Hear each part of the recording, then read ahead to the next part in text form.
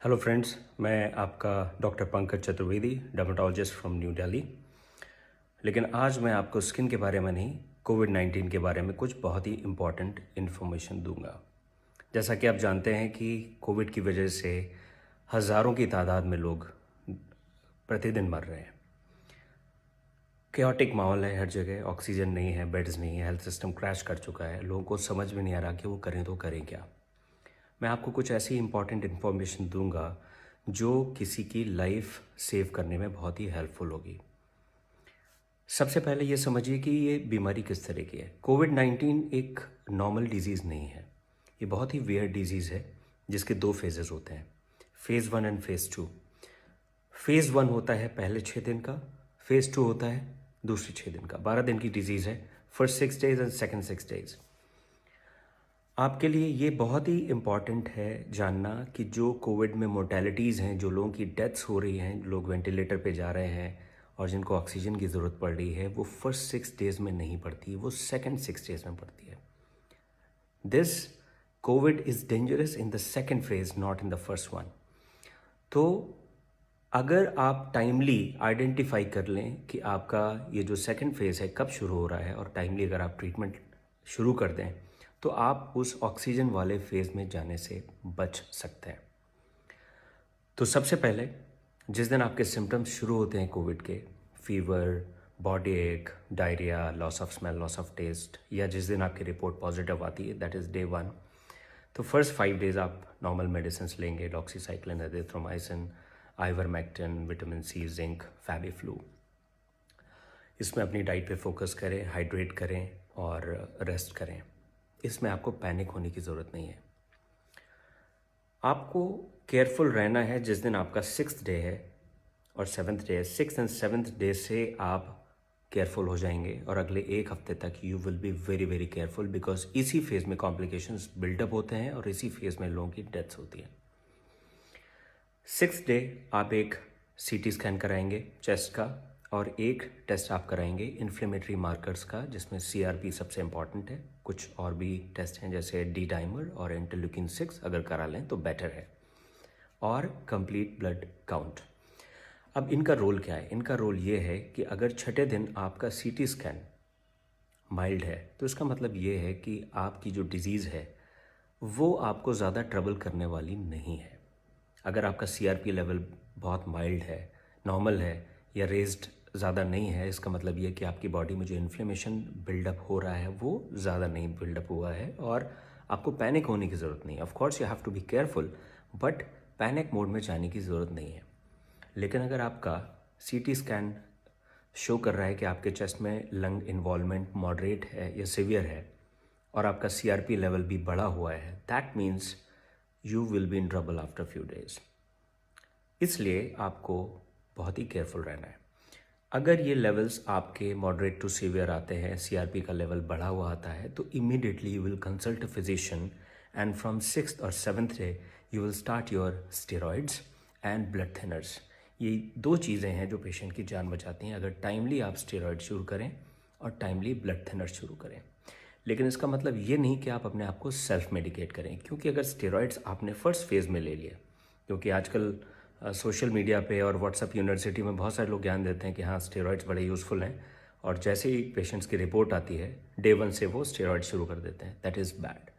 अगर आपने steroids first phase में लिए, they will be dangerous for you, because उस वक्त वायरस रेप्लिकेट कर रहा होता है और उस वक्त अगर आप स्टेरॉइड्स ले लें फर्स्ट 5 to 6 डेज में, दे विल बी हार्मफुल। तो जो भी मेडिकेशंस लेने हैं वो अपने फिजिशियन और अपने डॉक्टर की एडवाइस पे ही लेने हैं। तो 6th और 7th day are very crucial. अगर टाइमली आपने ब्लड थिनर्स एंड स्टेरॉइड्स शुरू कर दिए, आपके प्रॉब्लम में आने के चांसेस काफ़ी हद तक कम हो जाएंगे। अब मेजर इशू क्या है? हमारा कॉमन टिपिकल इंडियन माइंडसेट कि जैसे ही हमारा 5वें दिन फीवर कम होता है हमें लगता है वी आर फाइन, हम ठीक हो गए। शुरुआत के 5 दिनों में हम हर 3 घंटे में अपना ऑक्सीजन लेवल चेक करते हैं, लेकिन 5th डे जब हमारा फीवर नॉर्मल हो जाता है, we throw away our oximeter, हमें ध्यान नहीं रहता कहाँ रखा हुआ है, and we forget to measure any kind of oxygen saturation, right? Of course fever comes down, 5th, 6th, 7th day कुछ नहीं होता, 8th डे भी कुछ नहीं होता, 9th day, suddenly person starts feeling shortness of breath, weakness. कई लोग फेंट हो जाते हैं, कई लोग ब्लू पड़ने शुरू हो जाते हैं, क्योंकि that is the time when the oxygen dips suddenly. Covid में एक मेजर इशू है हैप्पी हाइपॉक्सिया. दैट मीन्स जब तक ऑक्सीजन सैचुरेशन 80-85 तक नहीं चला जाता, पेशेंट को फील ही नहीं होता, वो नॉर्मल रहता है. He starts doing his daily routine activities. उसको लगता है मैं तो ठीक हूँ. और उसको उस वक्त अगर कोई बताता भी कि आप मेडिसिन ले लो, तो उसको लगता है कि अरे क्या बता रहा है मुझे, because I am perfectly fine, why should I take medical care, because I don't feel anything. But that is the time, if you check, lot of people they have subclinical hypoxia. Their oxygen saturation is 90, 85, sometimes 80, but they're doing perfectly fine. But that is the time when we have to be very very careful and the person needs medicine, because उसके बाद का जो phase है जिसमें oxygen saturation और down जाता है, there is sudden deterioration of the patient. उसके बाद ऑक्सीजन की ज़रूरत पड़ती है. देन यू स्टार्ट पैनिकिंग कि ऑक्सीजन सिलेंडर मुझे चाहिए, मुझे ऑक्सीजन चाहिए. We know that we are having short supply of oxygen. Oxygen demand बढ़ी है. Overnight we can't produce 20 times 50 times more oxygen. No country can. So after 6th day you will check your oxygen saturation every 2 hours. हर 2 घंटे पे आप अपना oxygen saturation check करेंगे. कैसे check करेंगे?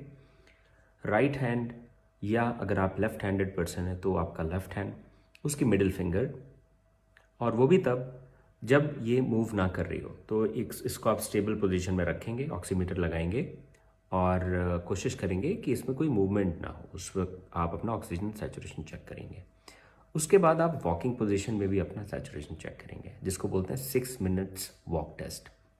आप ऑक्सीमीटर लगाएंगे, 6 minutes के लिए वॉक करेंगे और उसके बाद देखेंगे कि आपका ऑक्सीजन सैचुरेशन कितना है. इट शुड नॉट फॉल 5% और मोर देन दैट. अगर आपका ऑक्सीजन सैचुरेशन वॉक करने के बाद 5% डाउन जा रहा है, that means your lungs are affected and you have to be extremely careful and seek medical attention. अगर आपका बैठे हुए ऑक्सीजन सैचुरेशन 90 आ रहा है, लेकिन आप वॉक कर रहे हैं, उसके बाद वो 85 हो जाता है, that means your lungs are affected. तो इस चीज़ का भी आपको बहुत ध्यान रखना है. So we have to avoid that situation. हमें उस कंडीशन में पहुंचना ही नहीं कि हमें ऑक्सीजन की ज़रूरत पड़े, बिकॉज जब आप स्टेज में पहुंच जाते हैं तो ऑलरेडी डैमेज हो चुका होता है. काफ़ी हद तक रिकवर होने के चांसेस 50-50 होते हैं. आप बच भी सकते हैं, आप नहीं भी बच सकते हैं.